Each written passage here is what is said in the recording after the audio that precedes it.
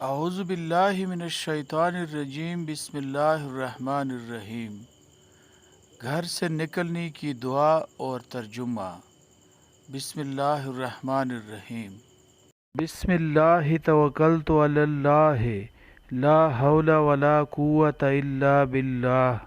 اللہ کے نام کے ساتھ میں نے تو اللہ پر بھروسہ کیا ہے، اللہ کی مدد کے بغیر نہ کوئی طاقت میسر نہ قوت۔